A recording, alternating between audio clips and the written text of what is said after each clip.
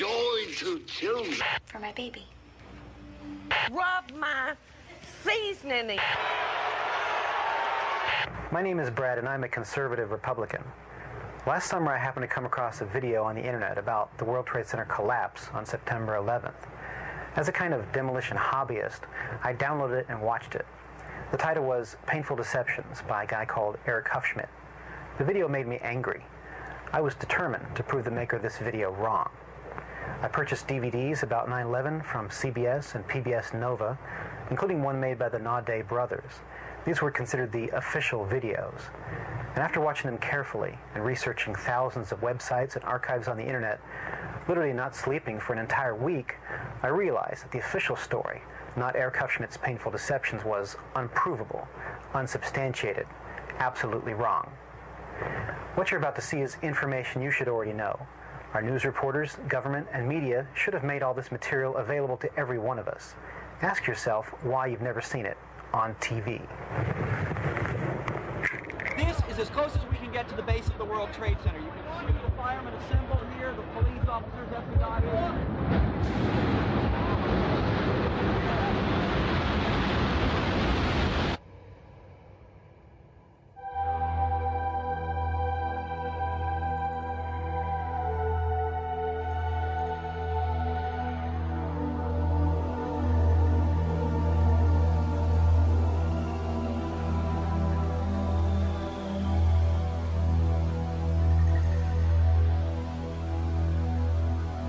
On September 11th, we learned that 4 passenger planes were hijacked and taken radically off course.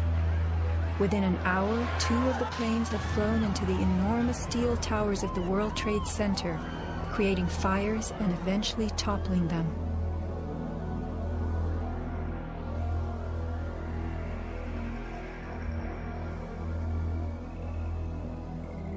Dazed by the news, the American public soon believed the fires in the towers had burned so hot they caused the steel frames of the buildings to give way.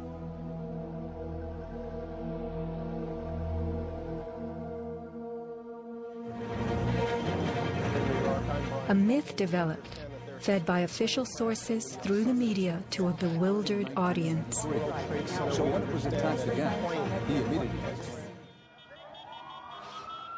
Elements of the myth. The impact of the airplanes, gallons of burning jet fuel, steel melting, the buildings failing and suddenly imploding. In a mere 10 seconds, 110 stories hurtled earthward, pulverizing into dust. We ran to the building and went into the... Right from the start, on the street itself, the official story was born. Come out of nowhere and just scream right into the side of the Twin Tower, exploding through the other side. And then I witnessed both towers collapse, one first and then the second, mostly due to structural failure because the fire was just too intense.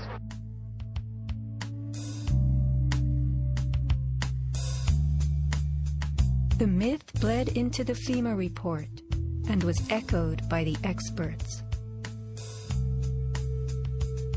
It was the combination of the impact load doing great damage to the building, followed by the fire, that caused collapse. John Skilling and Les Robertson were the structural engineers who designed the streamlined steel frames of the Twin Towers in the 1960s. Because a wayward Army bomber flew into the Empire State Building in 1945, the towers were built with skyscraper crashes in mind. The airplane we were envisioning was the largest airplane of its time, flying slowly and low, lost in the fog. We designed the buildings to take the impact of the Boeing 707 hitting the building at any location. But the aircraft that hit the towers was a Boeing 767, heavier than a 707, fueled for a transcontinental flight and traveling fast. 707s and 767s are comparable. The maximum takeoff weight of a fully loaded 707 is almost 334,000 pounds. As airplanes only carry the fuel load they need, The smaller model 767s that struck the towers were not, in actuality, maximally fueled or close to their maximum takeoff weight.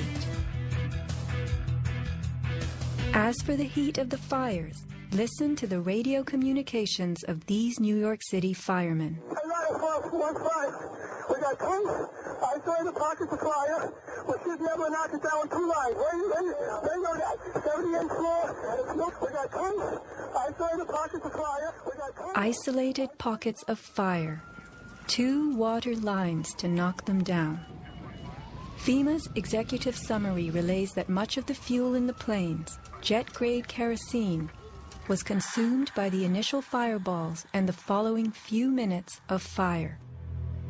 It then tells us that the burning jet fuel spread between floors and ignited the building's contents, causing more fire and generating heat. This was somehow enough to bring down the tower's 47-column steel core, 236 exterior columns, and thousands of steel trusses all at the same time. Watch the tower smoking in the aftermath of the plane strikes. If you have ever tried to light a wood fire, you will know that smoking logs tell you the fire is not burning successfully. Smoke is the sign of an oxygen-starved fire. The Twin Towers stood for over an hour, smoldering but not flaming. During that time, thousands of people were evacuated by way of the stairwells. Others, trapped by debris, stood in the smoke-filled windows and signaled for help. In fact, the towers did what they were built to do. The building was designed to have a fully loaded 707 crash into it. That was the largest plane at the time. I believe that the building probably could sustain multiple impacts of jetliners because this structure is like the mosquito netting on your screen door. This intense grid, and the jet plane is just a pencil puncturing that screen netting. It really does nothing to the screen netting. The towers were built to withstand 140-mile-an-hour gusts produced by winter storms. Anyone in them on a windy day could feel them swaying. The single impact of a jetliner was no more of a blow than the continued battering of a hurricane. I was just putting my stuff away, and all of a sudden we heard a loud crash, and the building started shaking, kind of moving like a wave. New Yorkers were stunned 1 hour later when the first tower fell. To the best of my knowledge, the considerations of the fuel in the airplane in terms of an explosion or a great fire was not considered. Now, we were not responsible for that aspect of the design. Imagine building expressly for airplane impact, but never thinking of the fuel.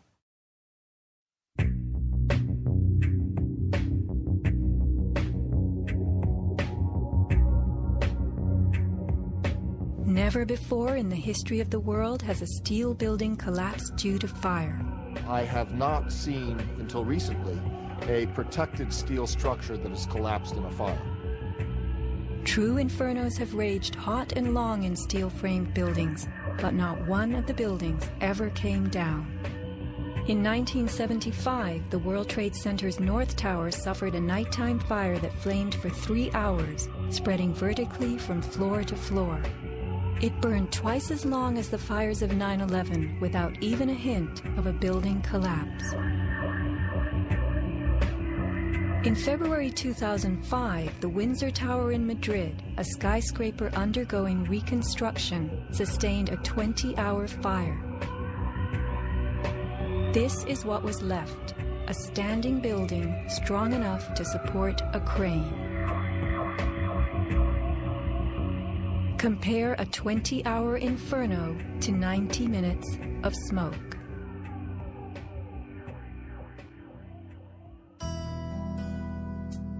Why are buildings made of steel? Strong, light, and flexible steel frames offer many advantages over wood and concrete, especially where skyscrapers are concerned. Steel makes big buildings relatively light, with tremendous load-bearing capacity. The upper floors won't crush the floors beneath them, and steel holds up better to weather and fire. Most skyscrapers are built on steel or concrete frames, which is a grid of columns and beams that goes all the way through the building. The World Trade Center was different. It was what engineers call a tube structure. It was a very, very strong mesh of steel that surrounded the exterior. Inside, there was the core, a rectangle of 47 columns made of 4-inch thick steel at the base. Thinning with increasing height, the cores combined might with ingenuity, anchoring the towers and allowing them to flex. Look at the size of this steel. Solid, prefabricated floor assemblies, welded metal floor pans placed on top of trusses both welded and bolted to the vertical frames.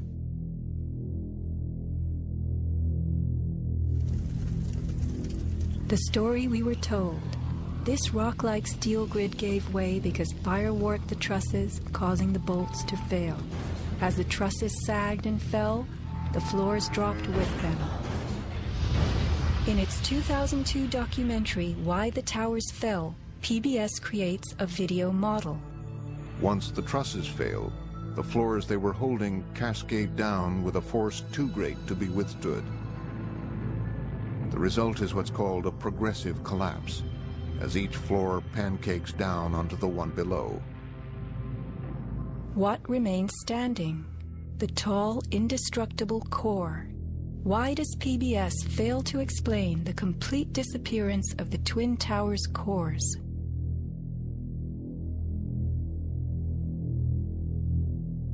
The official story's central thesis is based on heat, temperatures high enough to weaken steel.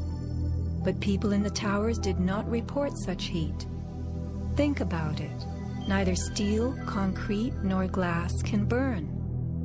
So what in those buildings could have burned to make such heat? How do these firefighters describe the collapse of the North Tower? We started running, floor by floor, it started popping out. It was if they had detonated. Yeah, as detonated. If they were planned to take down a building. Boom, boom, boom, boom, boom, boom, boom. All the way down. I was watching it and running. And others give similar descriptions. At 10:30, I tried to leave the building, but as soon as I got outside, I heard a second explosion and another rumble and more smoke and more dust. And then a fire marshal came in and said we had to leave because if there was a third explosion, this building might not last. Like, it sounded like gunfire, you know, bang, bang, bang, bang, bang. And then all of a sudden, 3 big explosions. Started walking down the stairs, we made it to the 8th floor. Big explosion. Blew us back into the 8th floor. Do you know if it was an explosion or if it was a building collapse? To me, it sounded like an explosion, but it was a huge explosion. Chief Albert Turry told me that he was here after the events that took place this morning. He tried to get his men out as quickly as he could, but he said that there was another explosion which took place. And then an hour after, there was another explosion in one of the towers here. So according to his theory, he thinks that there were actually devices that were planted in the building. Reports of bombs in the buildings, explosions. A CBS reporter to Dan Rather. But I was coming toward the World Trade Center looking for CBS crews and asked a firefighter if he saw any. All of a sudden, there was a roll, an explosion, and we could see coming at us a ball of flame stories high. Listen to the sound of a large explosion right before the South Tower begins to fall. This is as close as we can get to the base of the World Trade Center. You can see the firemen assembled here, the police officers, everybody.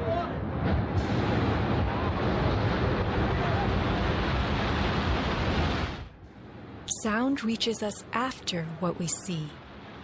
If the boom we just heard was the sound of the building collapsing, it would follow the collapse. Instead, the boom is heard before. Whoa, whoa, whoa. bring it back.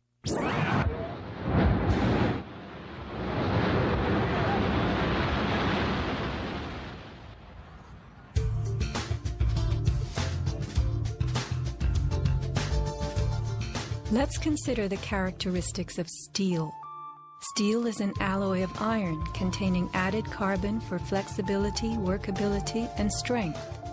In the days of old, blacksmiths heated iron till it was red and pounded it for hours to form it. Horseshoes, knife blades, and plowshares were typical creations. Steel was introduced in the mid-1800s, and by the end of the century, with the advent of the blast furnace, found widespread commercial use. A blast furnace is known as a controlled environment. High temperatures are reached as oxygen is pumped into a closed space. How and when does steel melt? Steel melts at temperatures of 2750 degrees Fahrenheit and above, attained only in a blast furnace or when a powerful incendiary such as thermite is used.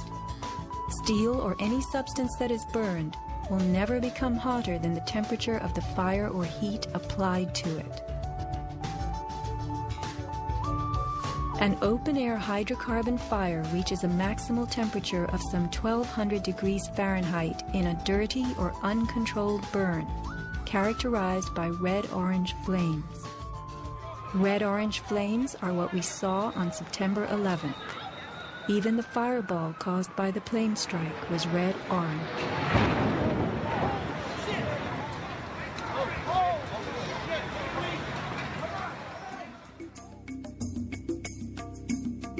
A controlled burn falls between a dirty burn like a fireplace and a controlled environment, the blast furnace.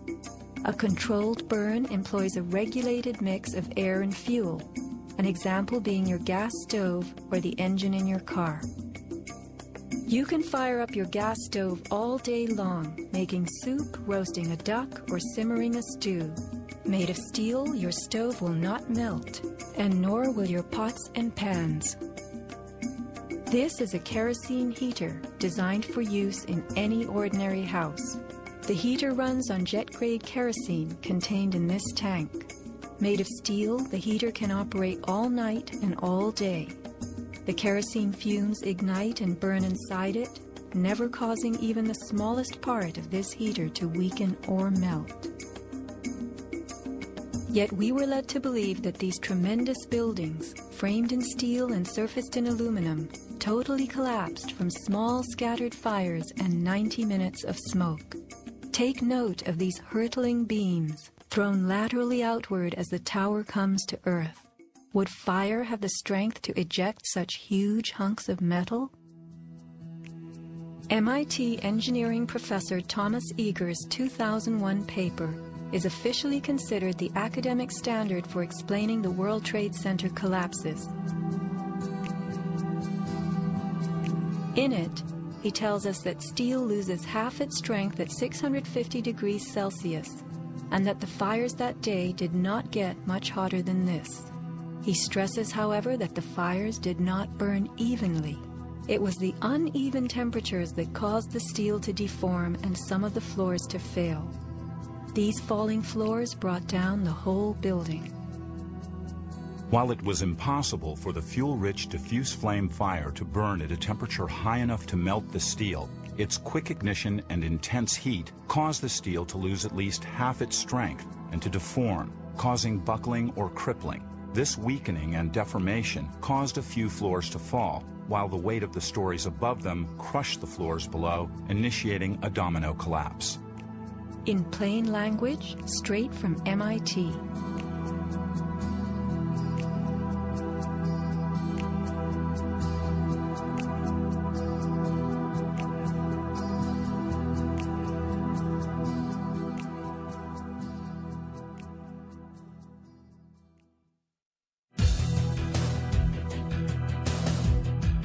What do falling buildings look like?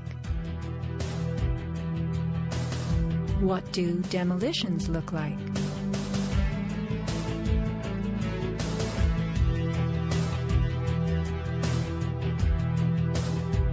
We are seeing typical implosions, characterized by gutting a building's base and then pulling it into itself. Computer-controlled sequencing fires the explosives in a rapid wave. Notice the jets of shooting concrete, the flashes, the pops, the caving of the buildings as they fall into their footprint, the tremendous billowing clouds of dust.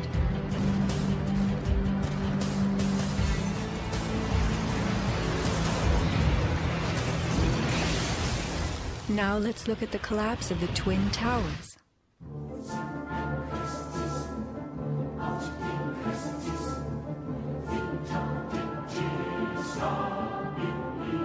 We are seeing explosions rather than implosions, a first in demolition history. A sequenced rumble becomes a roar as debris is thrown outward. The damage is not contained. Even the windows are blown from neighborhood buildings. What kind of energy enabled this? Would fire hurl metal and concrete sideways into the air? Here, a 600,000-pound chunk of steel, twice the weight of a Boeing airliner, was flung 400 feet, wedging itself deep into 3 World Financial Center on Vesey Street. A FEMA photographer taking pictures of Ground Zero wondered why so many steel beams were jutting from neighborhood buildings. Watt shot pieces of the towers all the way across the street.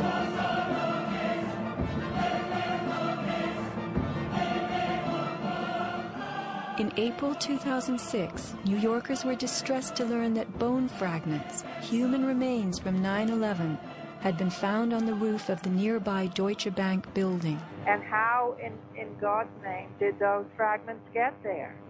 It surprised me that there was still bone fragments or human remains that had not been discovered. How is it possible that after 5 years they're finally looking on the rooftops of the Deutsche building? I mean, that's crazy. And bone fragments less than a centimeter long. How could they be so small? So much to be explained. Why did the South Tower fall first when it was the second tower to be hit? Watch the top of Tower 2 leaning outward, about to topple. Then, suddenly, it disintegrates in midair. What causes this giant slab of steel and concrete to turn into dust before our eyes?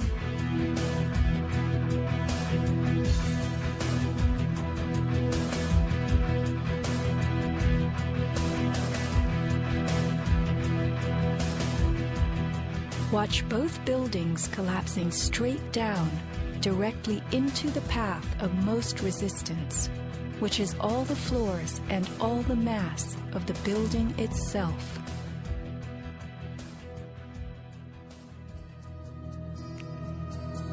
The World Trade Center towers came down in approximately 10 seconds. Seismic data from Columbia University puts the North Tower collapse at about 8 seconds and the South Tower at approximately 10. Lynn Simpson, a survivor from the 89th floor of the North Tower, describes the site. And I saw the Trade Center literally collapse in upon itself floor by floor by floor, and it took seconds for it to happen. It was a massive building, and it just pancaked. 10 seconds. These are 110-story buildings coming to Earth at free fall speed, the rate at which an object drops through air. The lower floors would need to give way completely as the floors above them fell. Can a person walk through a closed door as quickly and smoothly as one that is open? A 10-second collapse means the upper floors encountered no resistance from the undamaged floors beneath them. Watch the demolition wave rushing straight down.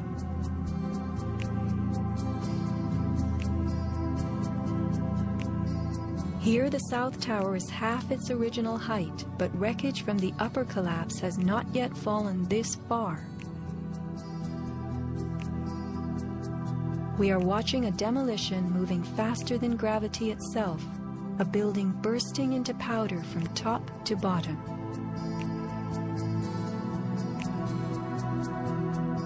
Here, the core of the North Tower finally gives up. 700 remaining feet of giant steel columns, among the strongest ever erected. What force acts upon the core to make it all of a sudden disappear? Eric Hufschmidt, author of the book Painful Questions, is a metal-cutting software engineer. The floors of the World Trade Center towers were on three-dimensional mesh of steel beams. You have to keep in mind now the floor is about an acre in size. There are thousands of joints all over it. In order for the floor to fall down, thousands of joints would have to break simultaneously. And then if you look at the speed at which this came down, less than 10 seconds, you blink your eye and thousands of joints just popped somehow. The only way you can explain that is with explosives. They had to have had explosives placed all over the floors at the primary joints. And then that would explain how all of the joints broke at such a rapid rate. The debris was crashing from one floor to the next. Debris cannot crash through steel and concrete floors as fast as it falls through the air. And there was no slowing. Explosives had to be breaking the joints ahead of the falling rubble, which is why the top half starts off collapsing slowly and then it starts picking up speed. This is a pancake collapse. Why don't we see piles of floors at ground zero?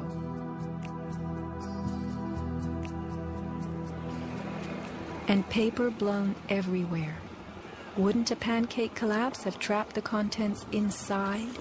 What blew this paper all over New York? If you were to drop a billiard ball from the top of the Twin Towers, it would hit the ground in just over 9 seconds, the average time it took for the towers to fall. Helped by gravity and falling through air, the ball will gain speed. The calculation for a pure pancake collapse of 110 stories, with each floor pulverizing to get out of the way, is 96 seconds. In the real world, with the floors creating resistance, a pancake collapse would lose speed. Never would it gain speed.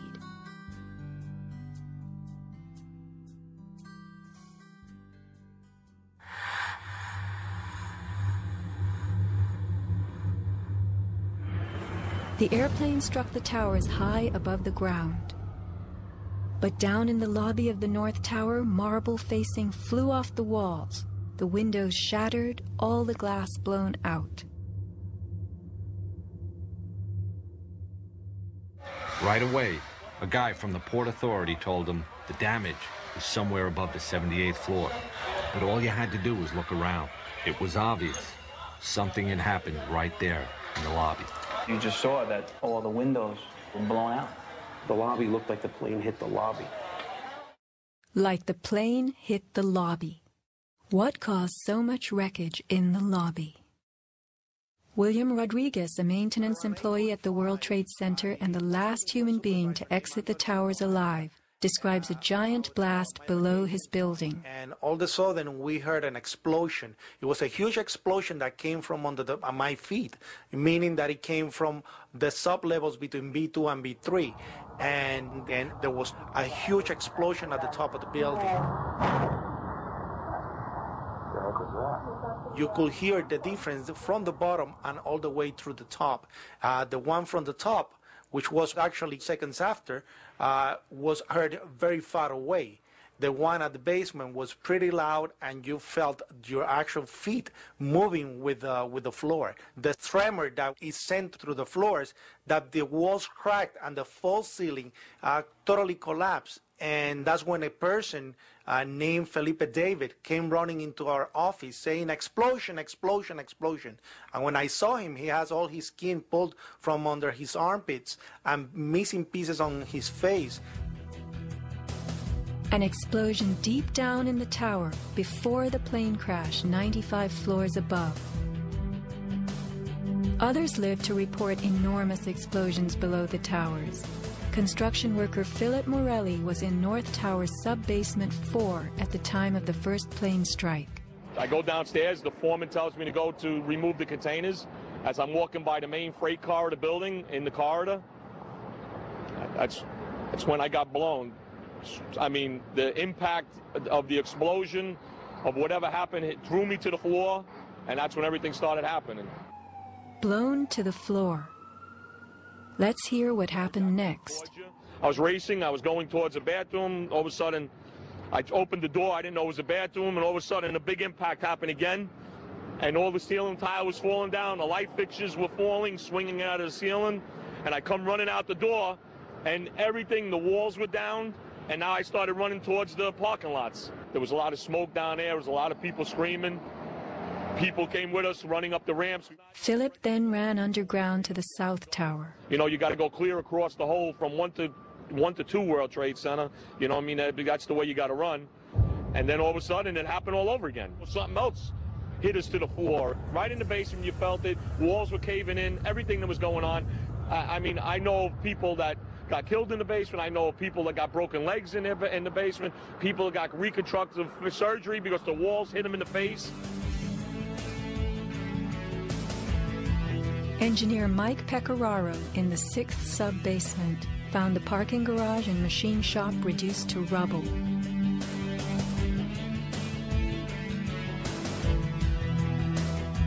Rescue firemen and civilians spoke of hearing explosions throughout the towers.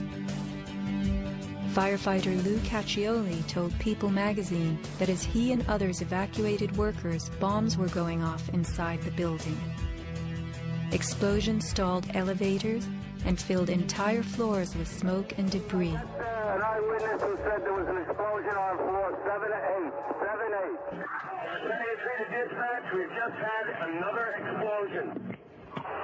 Warren Street because of the secondary explosion. We've got numerous people covered with dust from the secondary explosion. And we got another explosion on the tower, 1013. 1013 down 2 has had a major explosion and what appears to be a complete collapse surrounding the entire area. Who's involved in the secondary explosion?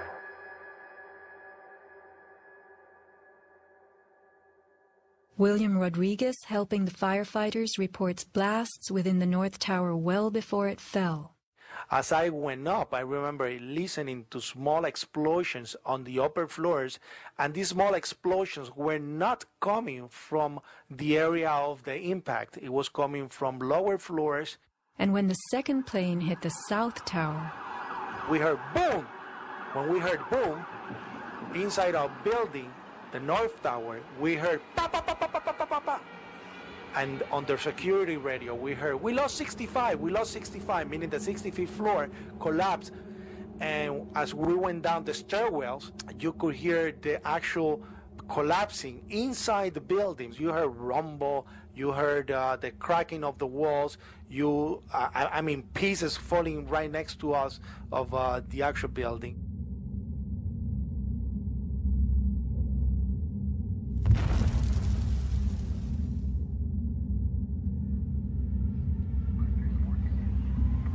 what happened at the base of the towers just before they came down?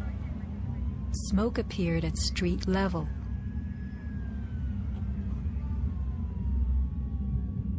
This video was shot from New Jersey. An explosion is heard as white smoke rises at the base of the building. Now people are gathering in large groups. In fact, at one corner, smoke was coming from the city. Smoke stepping out of bodegas.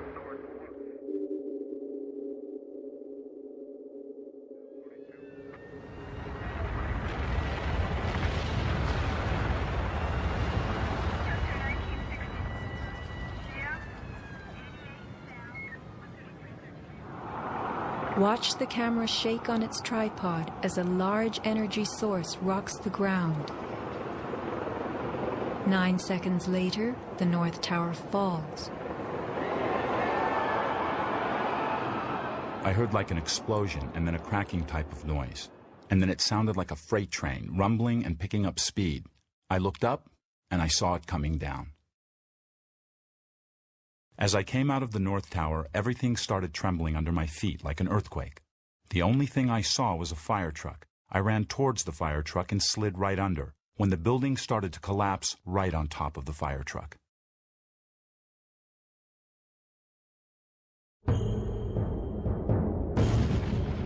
Across the Hudson River, Richard Siegel was filming an astonishing day. The sound meter of Richard's camera caught something very significant. Adjusted for the distance involved, as sound travels more slowly than what we see, the camera registered multiple explosions in the towers. Here is the South Tower record. Then the building fell.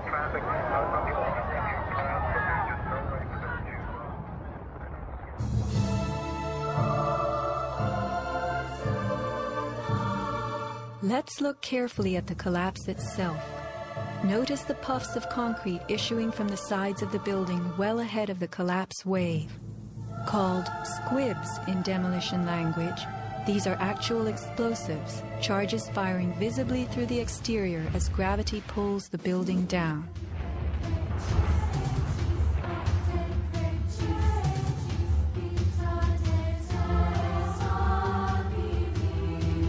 Here are more.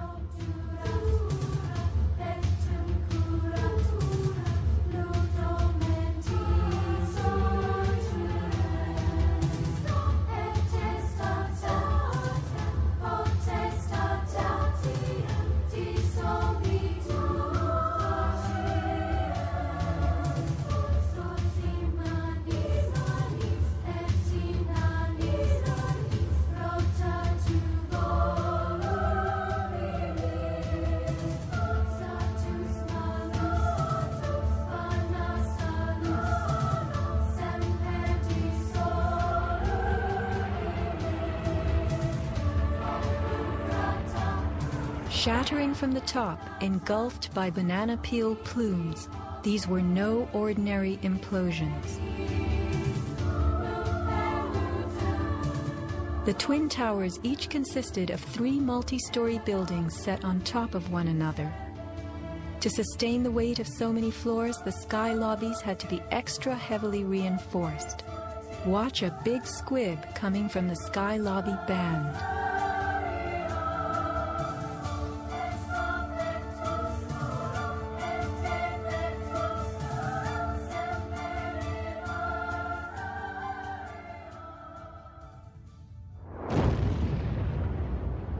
A powerful blast produces what is called a shock wave.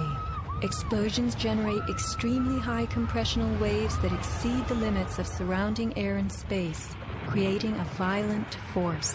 When the debris started coming down, I was right in the shadow of the South Tower. I was less than 100 yards away. Everybody saw the video over and over again of that cloud chasing people down the street. It was like a tornado. It was like being hit by a wave at the beach, but the wave was intense, it was hot, it was noisy. It was like getting hit in the back by gravel, rocks, like somebody had picked up handfuls of rocks and was just throwing them at you. And the noise kept coming and coming, and one second I was running, and the next second I was flying. I was just, I had no control over my feet, no choice as to what direction I was going. I was in the air, and it seemed like I was being followed by this tornado of darkness. The South Tower fell first. This is the shockwave blast as it rocks the tower next door.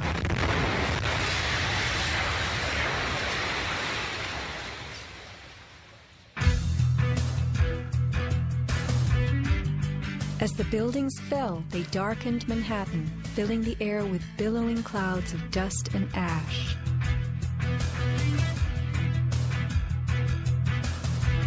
What produces these huge, scudding, cauliflower-like masses of slowly moving dust?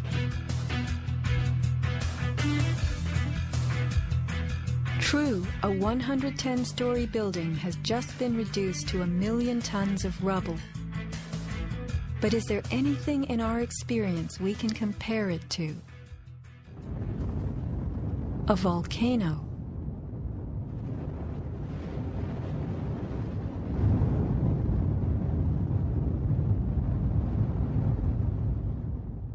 The U.S. Geological Survey website provides us with a definition of a pyroclastic flow as a ground-hugging avalanche of hot gas and debris.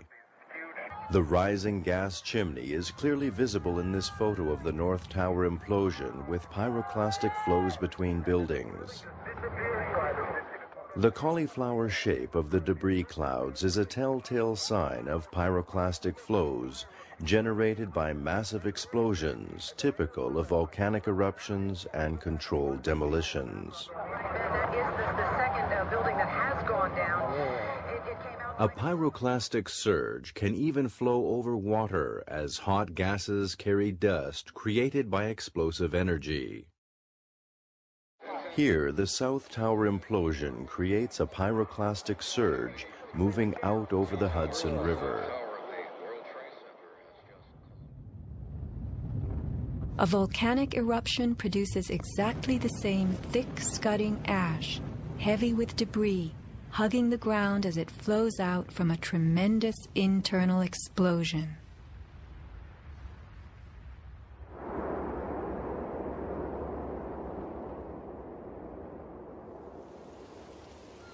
On the southern tip of Manhattan, surrounded by water, huge retaining walls were built below the World Trade Center to hold back the ocean and Hudson River. The bathtub, as it was called, held 7 levels of parking garages, maintenance rooms, and the New Jersey Path train station. After September 11th, the 3-foot-thick slurry walls were found to have shifted up to 18 inches inward. These walls are coming in. These walls hold back the river. So if these walls cave in, this place is going to get flooded out by the river. Let's think about this. A pancake collapse should have left the foundations in place.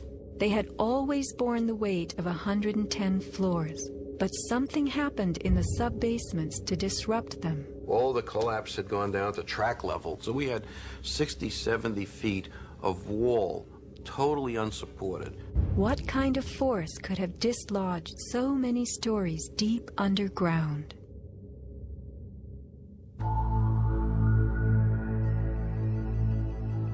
The pile itself seemed to have a life of its own.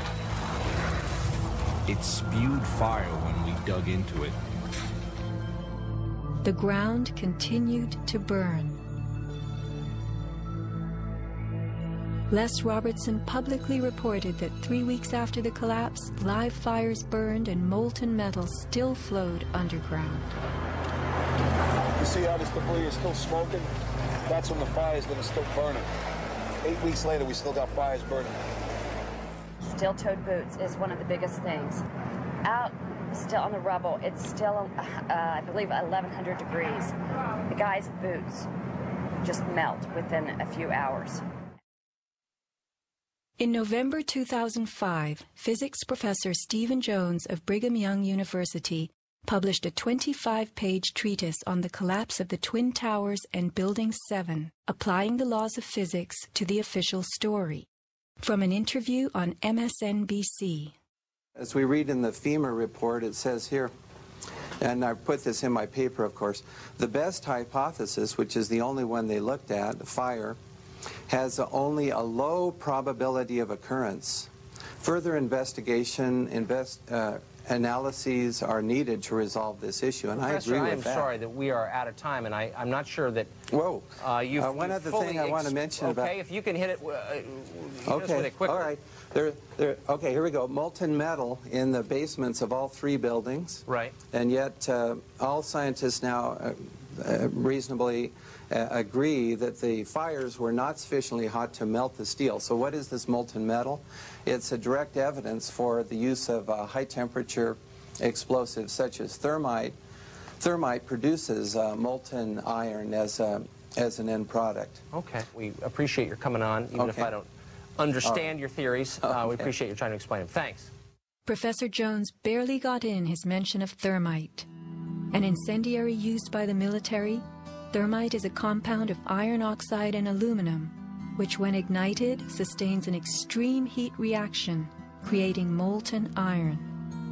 In just 2 seconds, thermite can reach temperatures over 4,500 degrees Fahrenheit, quite enough to liquefy steel.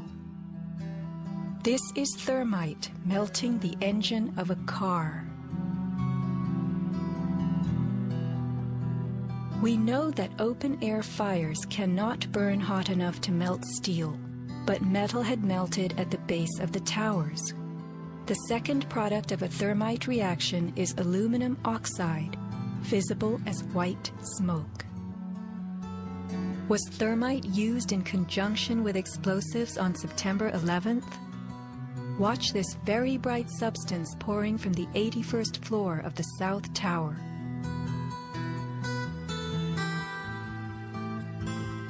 And white smoke appeared at the base of the building. Would this be aluminum oxide, the byproduct of a thermite reaction? Appendix C of the FEMA report describes sulfur residues on the World Trade Center steel. The New York Times called this the deepest mystery of all. Sulfur slightly lowers the melting point of iron, and iron oxide and iron sulfide had formed on the surface of the structural steel. Sulfur used with thermite is called thermate, producing even faster results.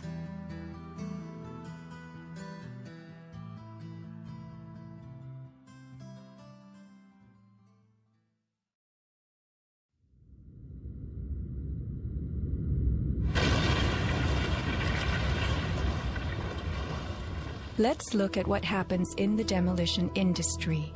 Taking down large structures requires preparation. Powerful explosives and heavy equipment are used in advance to weaken the foundation and bottom sections of a building before additional explosives and gravity bring the rest of it down. The words of a senior blaster. We blow the basement, all the columns in the basement. Then we crack it up at the top to get it started. We go every other floor all the way down. Every explosive has a timer on it. That's why it's controlled. When the columns go, each floor goes down and impacts the one below and keeps going.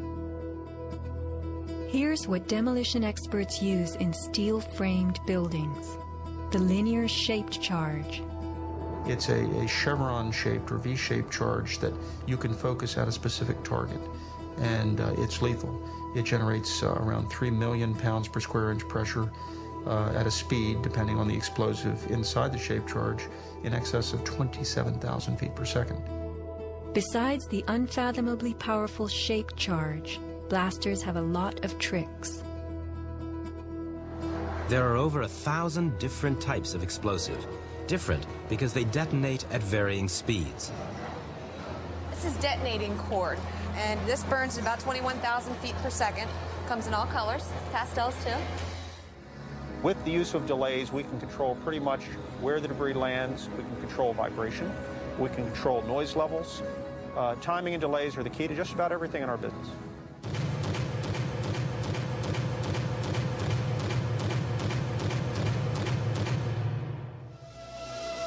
And what is the result? The thing that pleases me is the fragmentation and the control. I wanted to take a building and break it up into millions of pieces and put it in this basement as artfully as we do it, and it works just like clockwork. So we've got it all down to a science. It gives me goosebumps to talk about it.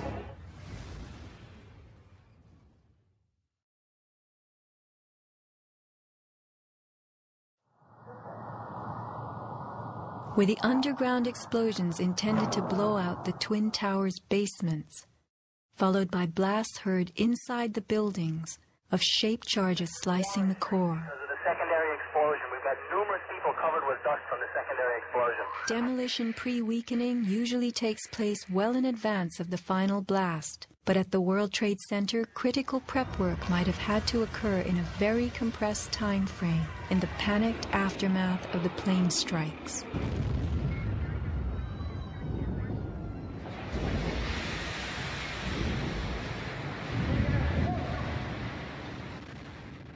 These core columns were discovered after the collapse. The angled cut occurs in exactly the manner that shaped charges slice through steel beams to control the way they fall. Notice the hardened once-liquid metal. Was thermite used with the shaped charge? The job of the shaped charge is to cut steel H-beams. The way we do this is by cutting the beam at an angle which through a series of beams cut at the same angle will tend to make the building shift over and walk. Let's look at the rubble of two 110-story buildings brought to the ground. In a 7-story crater lie nearly 2 million tons of debris. Had the basements not been blown out, where would 2 million tons have gone? Heaped on the ground, ready to slide and spill? The art of controlled demolition.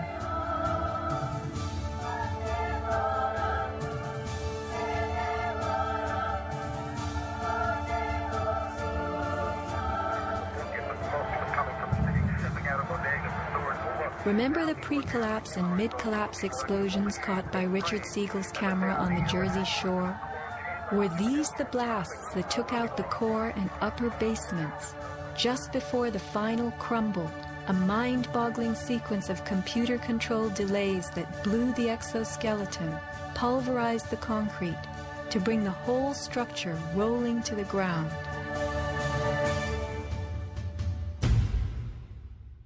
Was this the story of that day? Inside our building, the North Tower, we heard pa pa pa pa pa pa pa pa pa. And on the coming from the city, folks stepping out of bodegas and stores for work.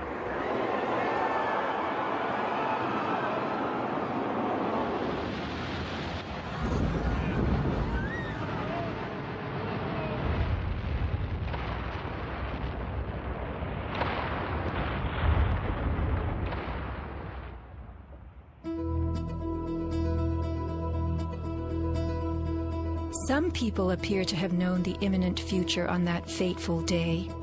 FEMA had arrived in New York on Monday night, ready for a bioterror drill. Spokesman Tom Kenny to Dan Rather. To be honest with you, we arrived on late Monday night and went into action on Tuesday morning. And not until today did we get a full opportunity to work the entire site other than the spot at Church and Day to which we were deployed. And Rudy Giuliani, mayor of New York, tells ABC's Peter Jennings that he was aware the towers would be coming down. What is going on now is a massive rescue effort. Do you believe it's hundreds or thousands?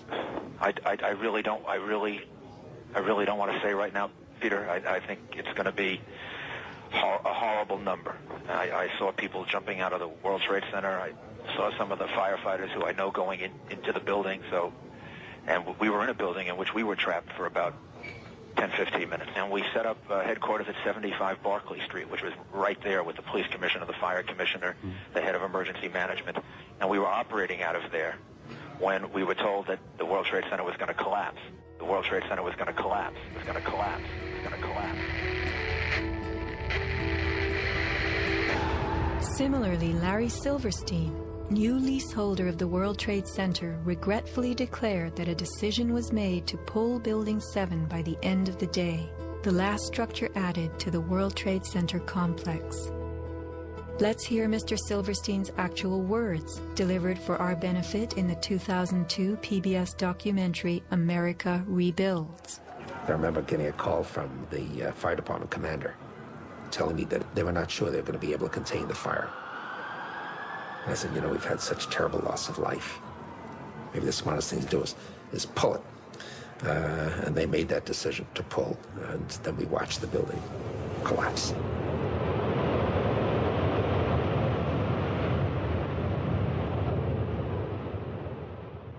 Blast, shoot, blow, and pull are terms used in the demolition industry to refer to bringing down buildings, bridges, and other structures. Because I actually blew the hospital down that I was born in. Originally, we had figured to shoot it, let it drop straight down. Then, watch Demolition Dynamics attempt a big blast. And from Ground Zero's own post-disaster wrecking crew. By mid-December, the Department of Design and Construction had leveled World Trade Center buildings 4 and 5. Hello? Oh, we're getting ready to pull building 6.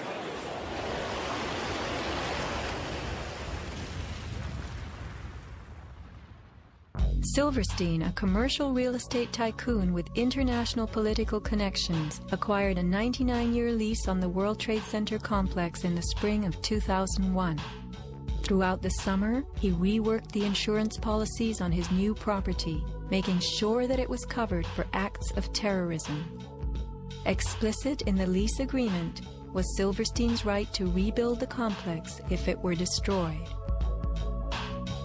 After 9/11, Mr. Silverstein fought his insurers in court to obtain double his policy limits for the destruction of his property, maintaining that the double hijacking constituted 2 disasters caused by terrorists, not just one. He won and was awarded over $7 billion, a magnificent return on his original $15 million investment. My first reaction is to think about the families of those people, the tragedy, the magnitude of it. However, I firmly believe that we should rebuild.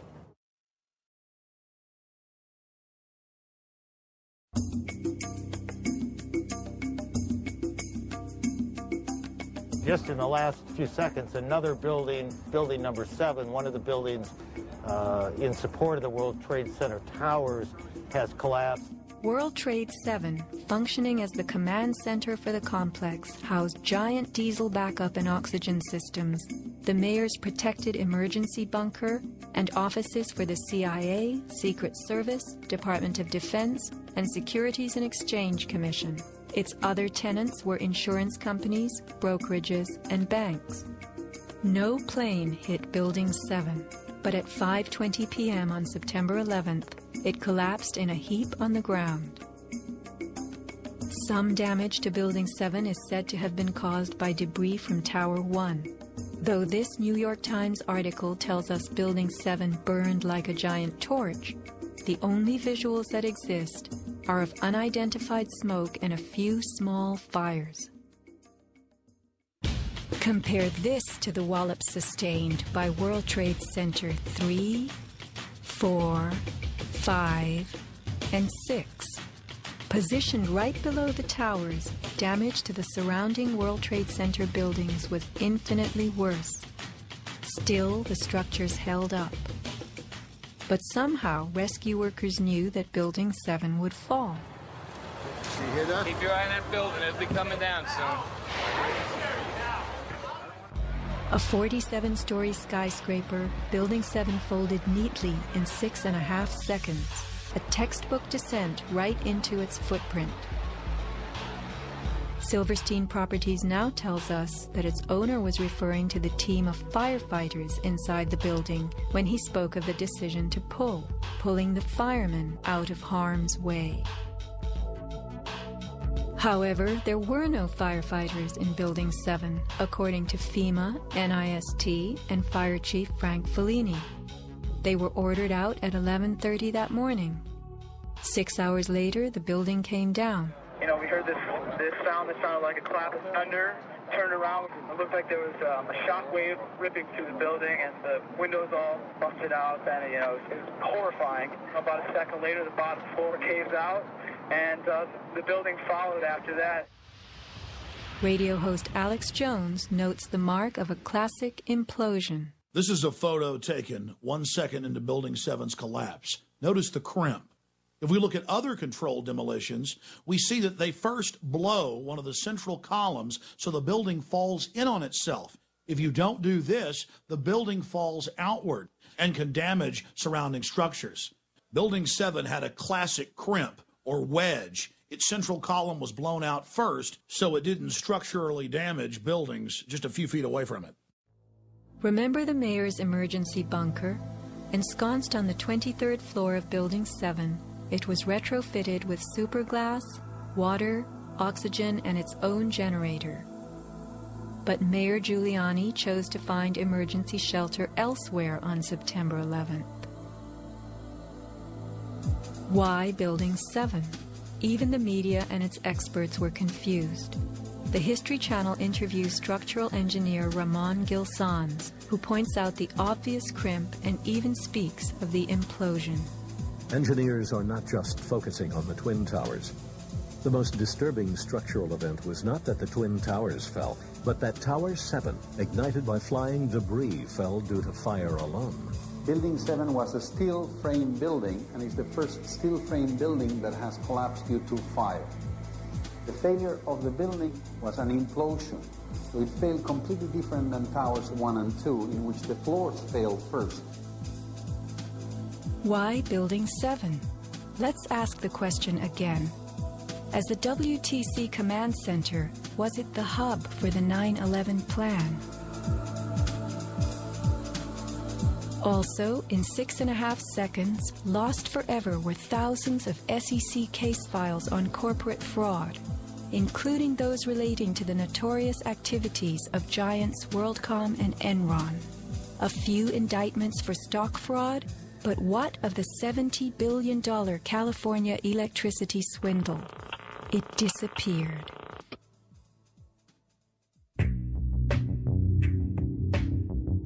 No one died in the collapse of Building 7. It was vacated well in advance of its implosion, but not the Twin Towers. Why weren't police, firemen, and civilians in these buildings told what to expect?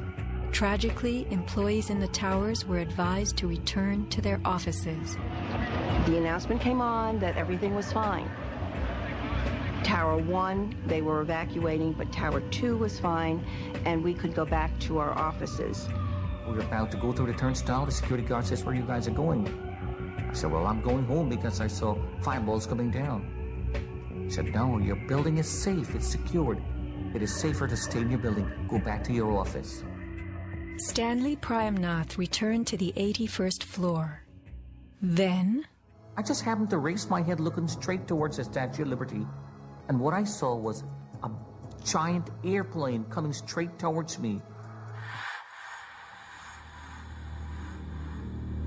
the South Tower was hit between the 78th and 84th floors. Trapped on the 81st floor by crushing debris, Stanley was rescued by Brian Clark. Slowly and painfully, they made their way down a stairwell to freedom. Outside, Stanley had a feeling of uncanny prescience for what was to come. And we peered through the railing, up through the trees at the tower, and Stanley said, "You know, I think that tower could come down." And I don't know why I'm telling this man this building is going. But I knew it was not over. I said, "There's no way. That's a steel structure. That's just draperies and carpets and furniture burning. You know, there's no way." And I didn't finish my sentence when the tower started to slide. And I can still remember hearing, first of all, this boom, boom, boom explosions.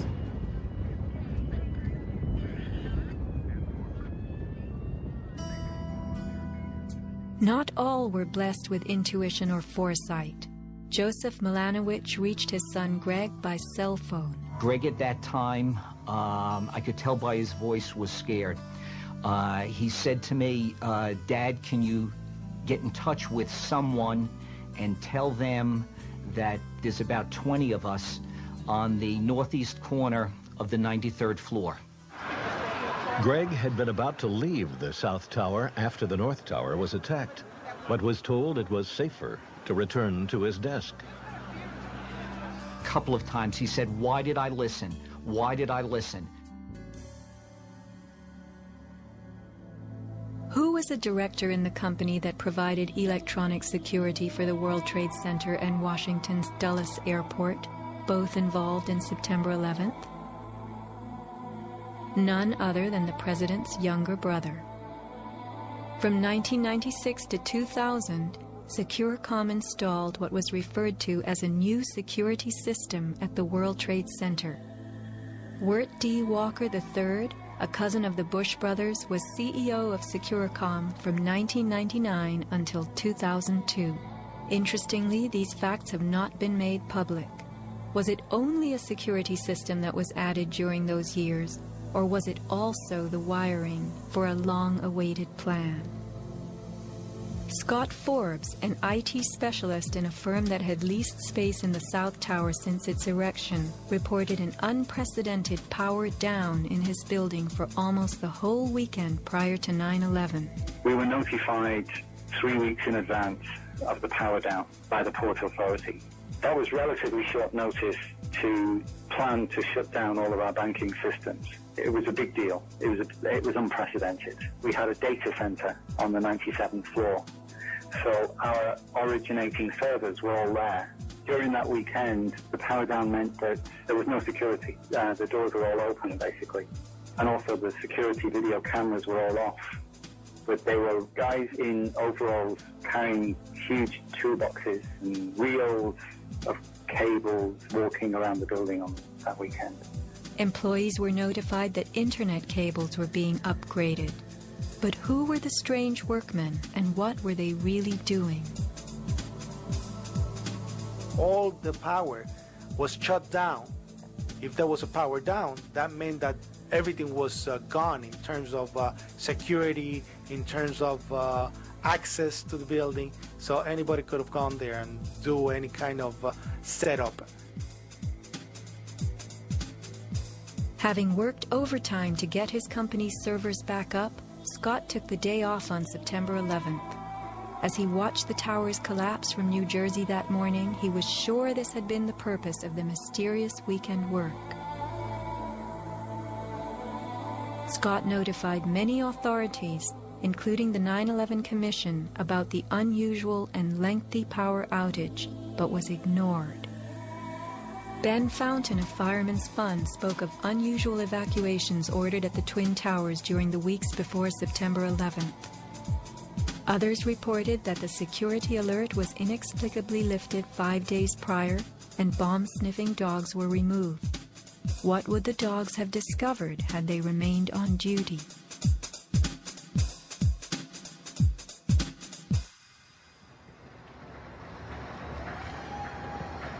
Not long after the disaster, Lower Manhattan saw banners like this one.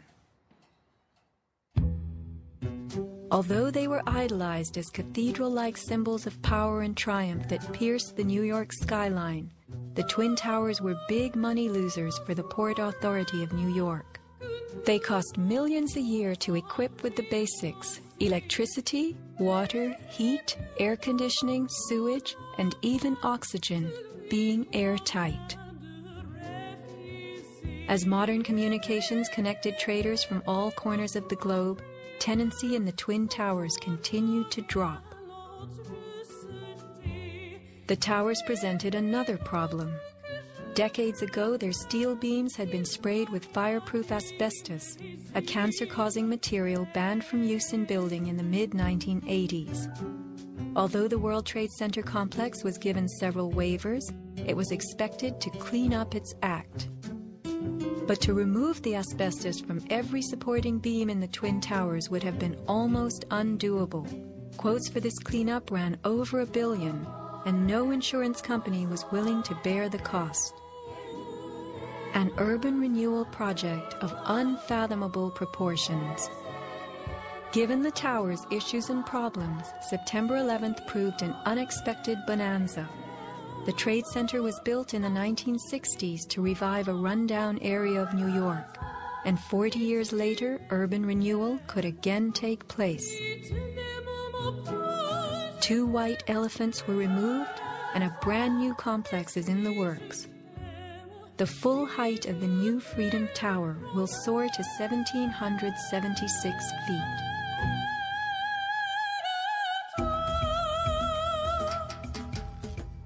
The suffocating dust that engulfed Manhattan was much more than dust. It was pulverized concrete, glass, metals containing lead, mercury, dioxins, benzene, and of course asbestos. None of that was healthy for any living thing. Today, thousands of rescue workers have developed lung cancer and serious permanent health conditions. And the rescue dogs continue to die. What you had was a ground-level municipal incinerator that smoldered for months, burning up the most heavily computerized building in the world.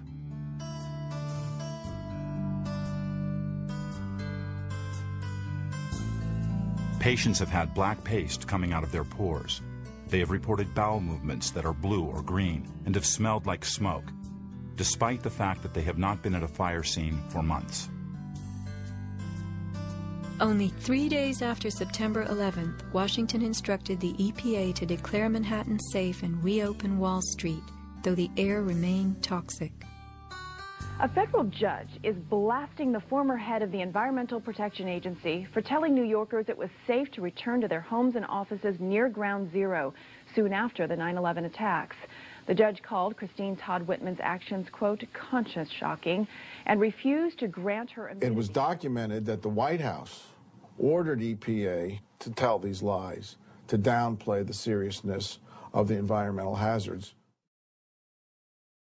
In addition, 9/11 first responders who have fallen ill and applied for aid have been denied.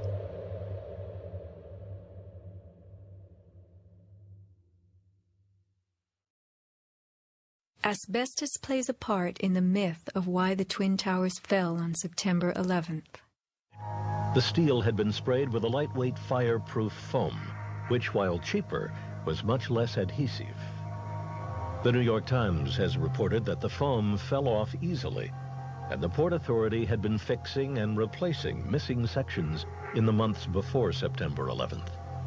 But even if the fireproofing had been perfectly applied, the impact of the plane crashing into the North Tower was so powerful, it simply blew most of it off, allowing the fire to attack the steel beneath. Once the planes hit, whatever condition it was in before the fact, made no difference because an impact would knock it off and the fire would have devastating effects on the steel. One good smack from a jet plane and the puffs of asbestos are all blown off the steel. Would a few hundred doors slamming do the same thing? Here, the History Channel tells us how, due to poor fireproofing, flames swept through the pockets between floors. As much of the fireproofing had been dislodged on impact, the flames were attacking unprotected steel. When steel is not protected, the strength reduces very fast. When you get to about 1100 degrees Fahrenheit, you lose about half the strength of the steel. The fire inside the towers may have reached temperatures of 2500 degrees Fahrenheit. The New York Times has reported what happened to those steel floor trusses then. The steel did heat up and it became softer and softer, almost like licorice. And eventually, all the steel had been weakened in this zone.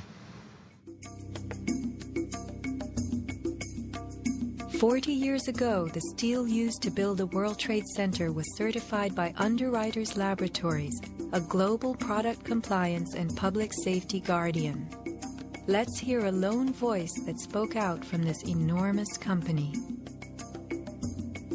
My name is Kevin Ryan, and I'm formerly a manager at Underwriters Laboratories.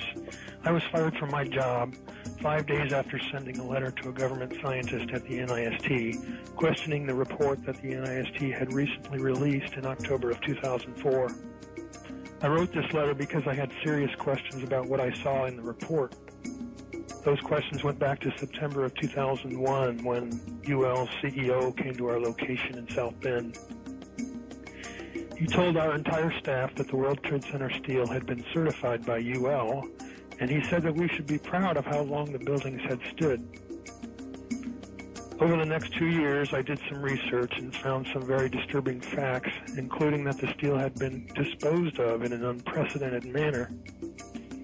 Once I discovered those facts, I sent a written question to UL CEO asking him about these things and what he was doing to protect our reputation as a company. He replied in writing to me that UL did, in fact, test the steel. He talked about the quality of the sample and how well it had performed in the tests. And he said that our company had tested the steel and that it had done beautifully. After that, he asked me to be patient and wait for the NIST report because UL was working closely with them. I saw this report in October of 2004, and in November I sent my letter to NIST asking for clarification. I felt it was an obligation on my part to ask the questions since no one else seemed to care to. After the 1993 bombing, the fireproofing in both buildings was updated considerably. But when you look at the NIST report, you don't see any testing that showed that a 767 would widely dislodge the fireproofing under any impact, let alone so far from the point of impact. So now we've been left with a new theory that is not really a theory at all, but only a collection of vague statements. The NIST report represents what can really only be called anti-science.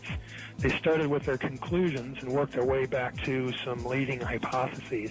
When the results of the physical tests showed that the temperatures were far too low to soften steel, and that the floors could not have collapsed, and that the fireproofing could not have been widely dislodged, the NIST ignored these results and built a black box computer model that no one can argue with, and that would spit out the right answers. Today, anyone who's conscious enough to know what's happening in the world knows that most government policy is being driven by this false story. Track down and punish the perpetrators of this attack. This is being seen on Capitol Hill as another Pearl Harbor, as another Pearl Harbor, as another Pearl Harbor. The steel in dragon-like lengths and contortions spoke for itself. Bent, deformed, without cracks. I found it hard to believe that it actually bent because of the size of it and how there's no cracks in the iron. It bent without almost a single crack in it. It takes thousands of degrees to bend steel like this. Typically you'd have buckling and tearing on the tension side, but there's no buckling at all. There's no buckling at all. Here is the meteorite, molten iron fused with concrete. And architects, engineers, people who work with steel, welders have just never seen the level of destruction and the level of deformation of this material in our lives. It is true that heat expands steel. In a fire, steel members may swell and bend slightly.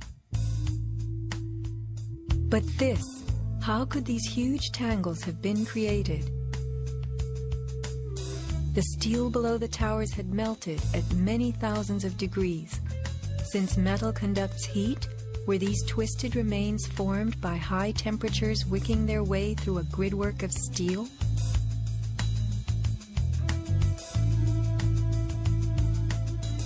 Explosives also deform steel. As they fire, gas pushes outward. The force of the gas can easily bend a large steel column.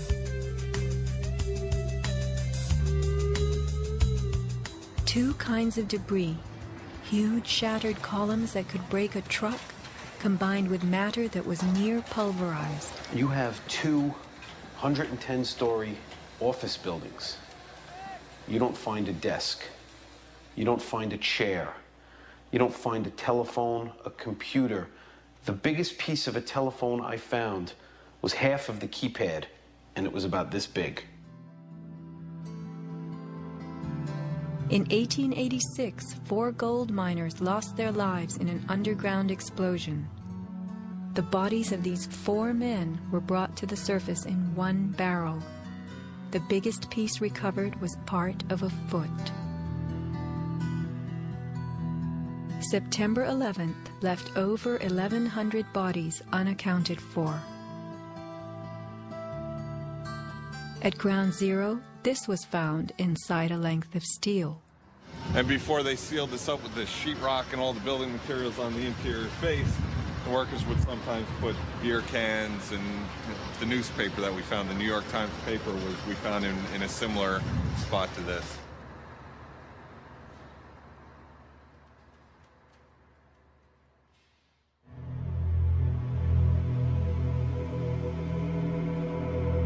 Secrets cannot be kept forever. Just as that newspaper from 1969 revealed itself to us decades later, we will someday know the inside of September 11th. The reasons for the staging of such a production go far back into time.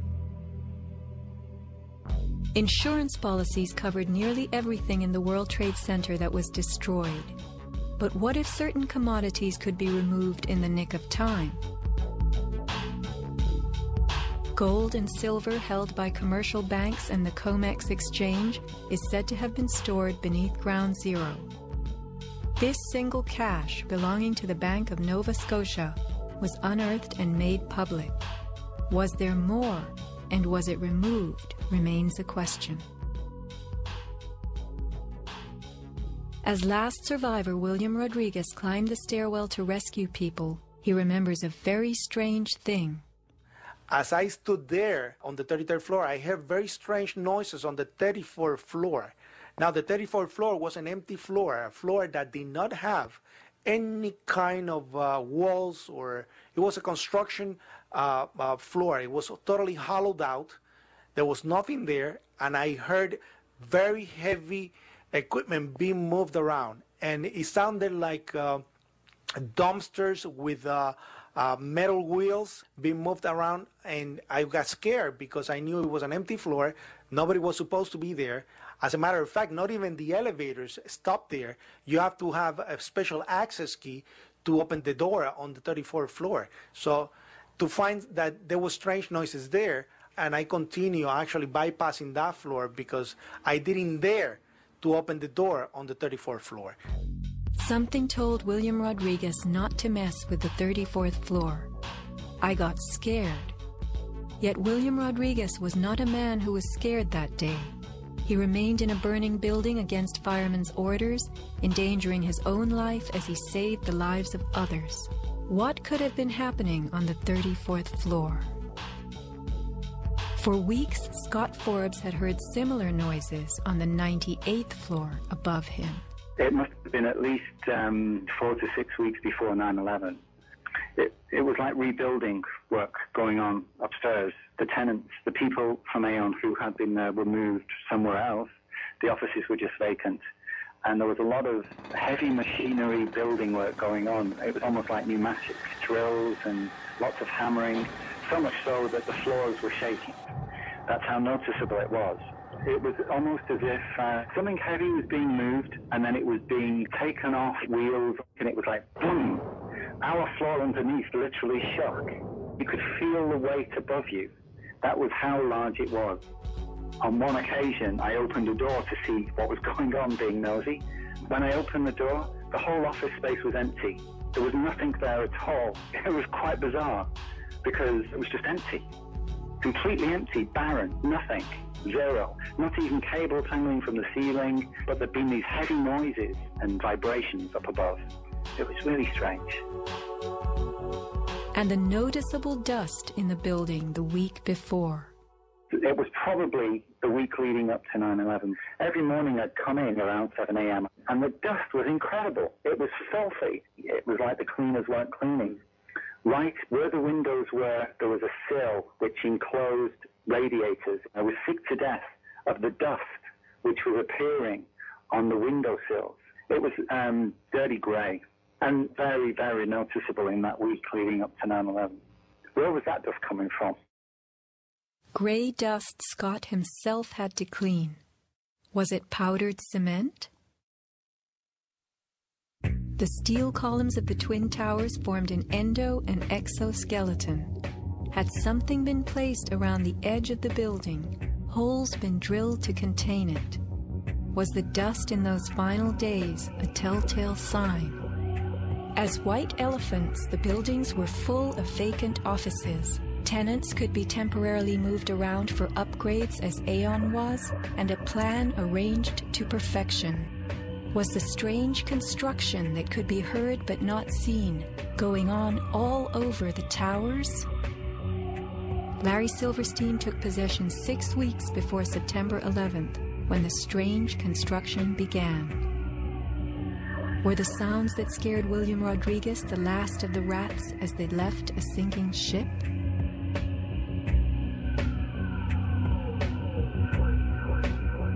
By taking a day off, Scott Forbes saved his life.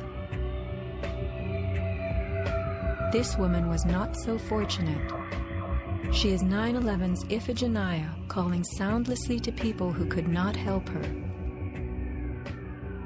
Christopher Hanley, trapped with 100 people on the 106th floor of Tower 1. Fire Department 408, where's the fire?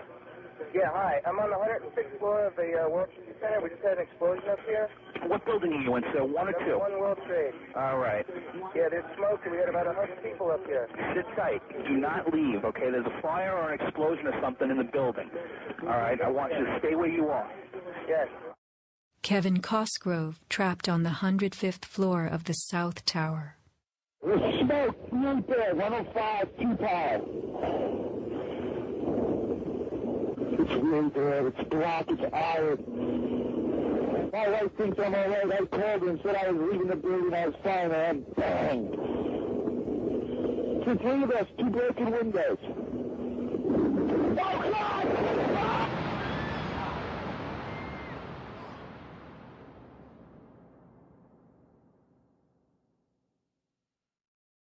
Let's not forget these people whose fate on this day was decided for them. As we know, secrets cannot be kept forever.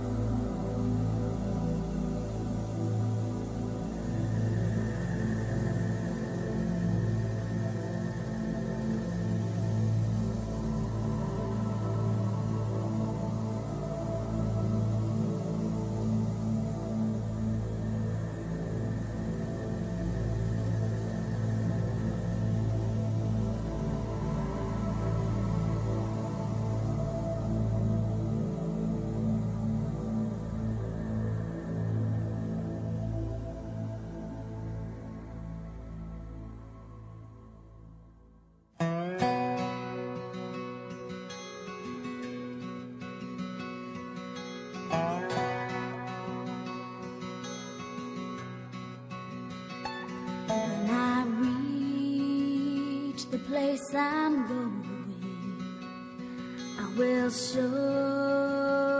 know my way, and I will turn and look inside me, and bid farewell to one more day. Every light begins with darkness. Every flower is once a seed, and with the sun and wind to taste us, we are bound to be released.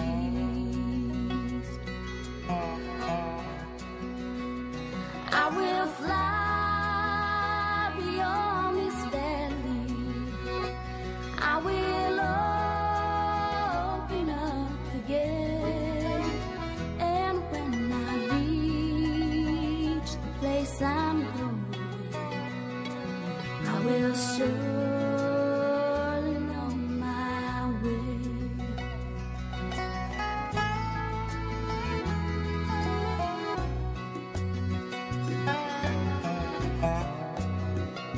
We have hands to hold our sorrow. We have tears to heal the pain. And though your eyes ask many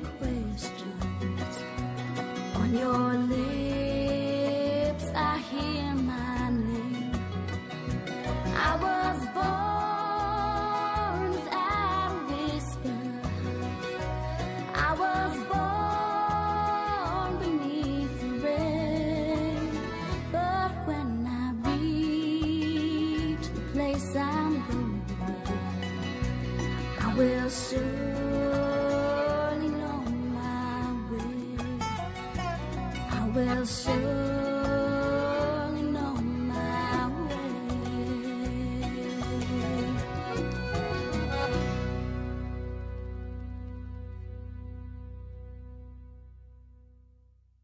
So are you tired of editing? Me? Yes.